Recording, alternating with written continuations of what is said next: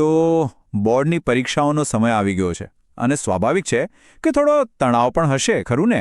પણ એક મિનિટ, શું પરીક્ષા એટલે માત્ર ઘૂખીને લખવાની કસોટી? બિલકુલ નહીં. અરે, આ તો એક તક છે, એક મોકો છે. તમે જે આખું વર્ષ મહેનત કરી છે, જે જ્ઞાન મેળવ્યું છે, એને એકદમ ચેમ્પિયનની જેમ દુનિયા સામે રજૂ કરવાનો. તો ચાલો આજે આપણે એ જ કળા શીખીએ કે પરીક્ષા ખંડમાં કેવી રીતે ધમાલ મચાવી અને શ્રેષ્ઠ પ્રદર્શન કરવું. એક વાત છે ને, એ મગજમાં બરાબર ફિટ કરી લો. પરીક્ષા ખંડ એ કોઈ ડરાવણી જગ્યા નથી. એ તો તમારો સ્ટેજ છે, તમારો મંચ, જ્યાં તમે પરફોર્મ કરવાના છો. તમારી મહેનત, તમારી સમજ, તમારું જ્ઞાન બધું જ દુનિયાને બતાવવાનો આનાથી સારો મોકો કયો હોઈ શકે? એટલે ડરવાનું તો છે જ નહીં. આ તો તમારી તાકાત બતાવવાનો સમય છે. બસ આટલી માનસિકતા બદલશો ને તો આખી ગેમ જ ચેન્જ થઈ જશે, ગેરંટી. ઓકે, તો સવાલ એ છે કે આ શ્રેષ્ઠ પ્રદર્શનની શરૂઆત ક્યાંથી કરવી? શું સીધા જવાબો લખવાનું શરૂ કરી દેવાનું? ના, ભૂલથી પણ નહીં. અસલી શરૂઆત તો જવાબ લખતા પણ પહેલાં થાય છે. અને એ જ છે આપણી પહેલી અને સૌથી પાવરફુલ સ્ટ્રેટેજી, હેતુપૂર્વક વાંચવું. સમજી ગયા? આ જ તમારી સફળતાનો પાયો છે, જેના પર આખી ઇમારત ઊભી રહેશે. તમને ખબર જ હશે, બોર્ડની પરીક્ષામાં શરૂઆતમાં જે 15 મિનિટ વાંચવા માટે મળે છે, એનું શું કરો છો? મોટાભાગના વિદ્યાર્થીઓ શું કરે? બસ એમ જ પ્રશ્નો પર નજર ફેરવી લે, સમય વેડફી નાખે. પણ જે ચેમ્પિયન હોય છે ને, એમના માટે આ 15 મિનિટ સોના કરતાં પણ કિંમતી હોય છે. કેમ કે આ સમય માત્ર પ્રશ્નો જોવાનો નથી.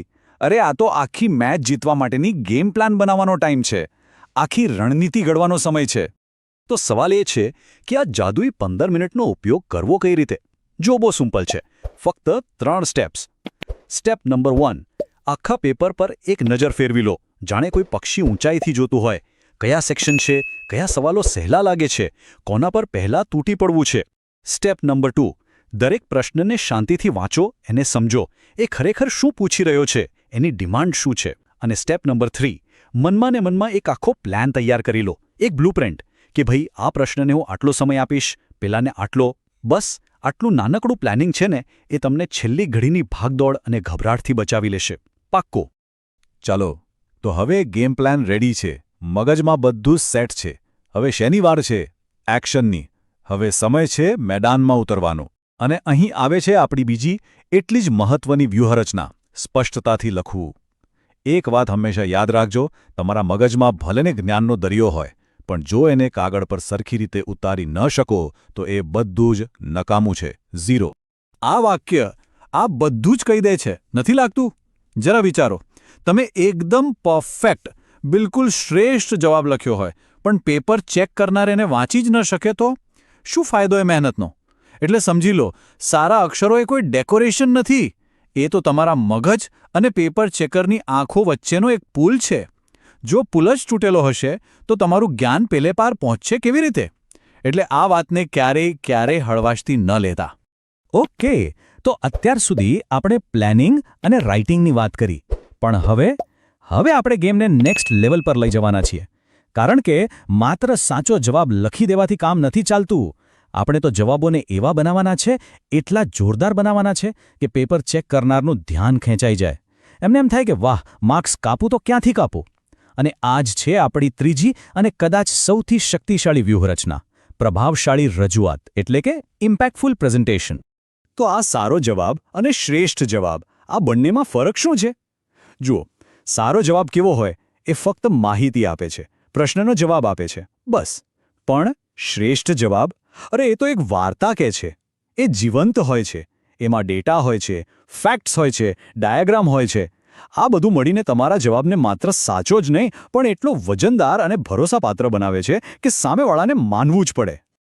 તો હવે સવાલ એ છે કે પોતાના જવાબને આવો પ્રભાવશાળી બનાવવો કઈ રીતે?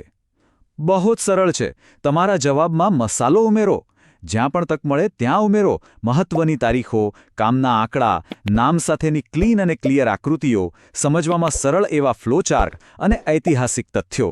આ બધી વસ્તુઓ છે ને, એ ચીસો પાડીને કહે છે કે તમારું જ્ઞાન ફક્ત ગોખેલું નથી, પણ તમે વિષયને ઊંડાણપૂર્વક સમજ્યા છો. તો ચાલો, અત્યાર સુધી આપણે જે કંઈ પણ ચર્ચા કરી, જે કંઈ પણ શીખ્યા, એ બધાને ભેગું કરીને એક માસ્ટર પ્લાન બનાવીએ. એક એવી બ્લૂપ્રિન્ટ જે પરીક્ષાના દિવસે તમારા માટે ગાઈડ બની રહેશે. આ એ જ વ્યૂહરચના છે જે તમારો હાથ પકડીને તમને જીત સુધી લઈ જશે. અને આ સફળતાની બ્લૂપ્રિન્ટના 3 મુખ્ય પાયા છે. બરાબર યાદ રાખી લેજો. પહેલું, હેતુપૂર્વક વાંચો. શા માટે? જેથી સમય અને સમજણ બંને તમારા કંટ્રોલમાં રહે. બીજું, સ્પષ્ટતાથી લખો. શા માટે? જેથી તમારું જ્ઞાન વેડફાઈ ન જાય અને પેપર ચેકર સુધી બરાબર પહોંચે. અને ત્રીજું, પ્રભાવશાળી રીતે રજૂ કરો. શા માટે? જેથી તમારું પેપર હજારો ઉત્તરવહીઓની ભીડમાં પણ અલગ તરી આવે અને તમને અપાવે પૂરેપૂરા માર્ક્સ. એક છેલ્લી વાત. પરીક્ષાનું પ્રેશર એ તો આવવાનું જ છે, એ સ્વાભાવિક છે. પણ યાદ રાખજો, પ્રેશરથી તો કોલસો પણ હીરો બને છે. સાચી સ્ટ્રેટેજી હોય ને તો આ જ પ્રેશર તમારા માટે ફ્યુલ બની શકે છે. તમારા શ્રેષ્ઠ પ્રદર્શન માટેની ઊર્જા. એટલે આ દબાણને બોજ ન સમજો, એને એક તક સમજો. પોતાની જાતને સાબિત કરવાની, દુનિયાને બતાવી દેવાની કે તમે શું ચીજ છો. તો આ બધી વ્યૂહરચનાઓ એ માત્ર સાંભળીને ભૂલી જવા માટે નથી હો. એને અપનાવવાની છે, અમલમાં મૂકવાની છે. જરા આંખો બંધ કરીને કલ્પના તો કરો કે આ બધી ટેકનિક્સ સાથે જ્યારે તમે પરીક્ષા આપવા જશો તો એ પરીક્ષા કેવી હશે. એ તમારા જીવનનું અત્યાર સુધીનું બેસ્ટ પરફોર્મન્સ બની શકે છે. તો હવે તૈયારીમાં લાગી જાઓ, વ્યૂહરચનાને અપનાવો અને જીતી લો. All the best.